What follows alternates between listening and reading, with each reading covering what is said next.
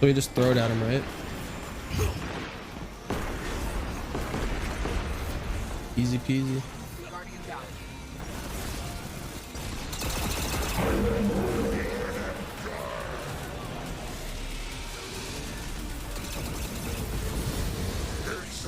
Hope I get it, bro.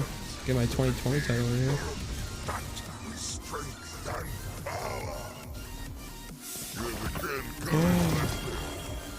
Oh, got it, dude. Let's go. What's going on, YouTube? Welcome back to another video. In today's one, we're going to be going over the Sleeper Simulant exotic linear fusion rifle and whether or not you should be giving it another chance inside of D2. So for anybody who doesn't know, on the 6th of July when Bungie released their last patch or update addressing 120 hand cannons and shotguns mostly, they also slipped in a quick update for the Sleeper Simulant as well on top of the patch that already came out a while ago for linear fusion rifles. So we're going to go ahead and get into the video and break this down. So a while back when Bungie first introduced their update addressing the buff to the linear fusion rifle family, I thought that it was a little crazy or ignorant for them not to give the Sleeper some extra love, just considering that it's the only exotic heavy linear fusion rifle in the entire game, and there's not that many to choose from overall in general, and by no means are they meta. But then on July 1st, Bungie went ahead and said in their TWAB, Sleeper Simulant didn't receive any custom tuning when we updated linear fusion rifles, but because it has much higher body damage than other linear fusion rifles, it didn't benefit as much as intended from the global buff to precision damage scaler. Sleeper will now be the clear winner for the single shot linear fusion rifle damage, edge out the other linear fusion rifle burst damage, and largely match others for total damage for reserves. Also note that the Sleeper's penalty for hitting the body rather than the head is much lower, giving it an edge in the real world damage. Alright, so now I'm going to show you guys a quick comparison here. So we have our threaded needle with a boss spec on it, and we're in our lost sector. We're going to do a damage test. So as you guys can see here, it's doing just under 13k to the body, which really isn't that great. And then we're going to go and take a headshot for the crit, and we're doing just over 43k per crit there, which isn't too bad. And now we're going to do a quick test of weapons of light. So I'll throw down our bubble here, pull it out. The body shots are now doing just under 17k there per shot. And then the headshot, the crit is doing just over 58k, which is actually pretty impressive for this linear fusion rifle. Alright, so now we got the Sleeper Simulant.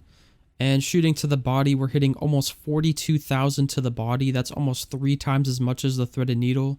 And almost 58,000 to the head. That's about as much as the threaded needle was hitting to the head with weapons. That's actually pretty good. That's actually kind of insane there by Sleeper.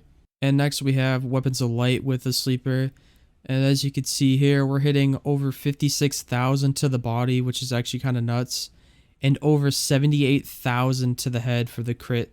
That's actually insane. That is quite a jump from the threaded needle. So after that damage test, I would probably have to conclude that Sleeper is definitely pretty good. Definitely the best linear fusion rifle per hit in the game. And I would definitely give it a shot if you haven't used it in a while and you kind of just want to spice up your PvE loadout a little bit. So if anybody actually wants to see the numbers that got buffed, Bungie went ahead and said that we fixed an issue where the Sleeper Simulant was benefiting less than other linear fusion rifles from the season of the Splicer linear fusion rifle precision damage buff, and the total buff is now 16.5% compared to the 15% buff from other linear fusion rifles received. So another important thing that I want to touch up on here is the catalyst for this weapon. So it gives you increased ammo reserves and it speeds up the weapon charge time quite significantly. So as you can see here with the catalyst, I have a 774 charge time, which is actually not too bad for how much damage it's doing per shot. However, without the catalyst, as you can see here, it goes all the way up to 1024 without the catalyst. So in my personal opinion, you definitely want to be using the catalyst with this weapon. It will make it or break it, at least in my personal opinion.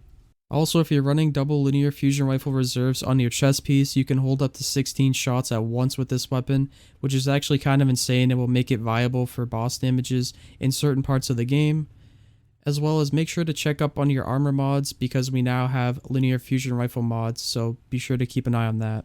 So my conclusion after doing the damage test and just using the weapon again after the buff and reading the patch notes on it, I definitely think if you have the weapon with the catalyst, it's definitely viable, and I would recommend giving it a go again. I definitely think it can compete with a lot of other DPS things, especially after swords getting nerfed and rockets getting buffed and things kind of becoming more in line with each other. And now with this getting a second buff technically, I definitely think Sleeper is worth your time and giving it a shot, especially if you want to spice up your PvE loadout and not just use meta things all the time. But yeah, that's going to do it for me today, guys. Thank you so much for watching. That's going to be a wrap on the video there for me. I hope you guys did enjoy it and found it useful. And if you did, be sure to give it a thumbs up and drop a comment below letting me know what you think. And also consider subscribing to the channel if you want to see more content like this in the future. I'll definitely be releasing videos like this of like short guides or just informational stuff like this in the future. But yeah, that's going to do it for me today, guys. Thank you so much for watching. I do appreciate it. And I'll catch you guys in the next one. Peace out.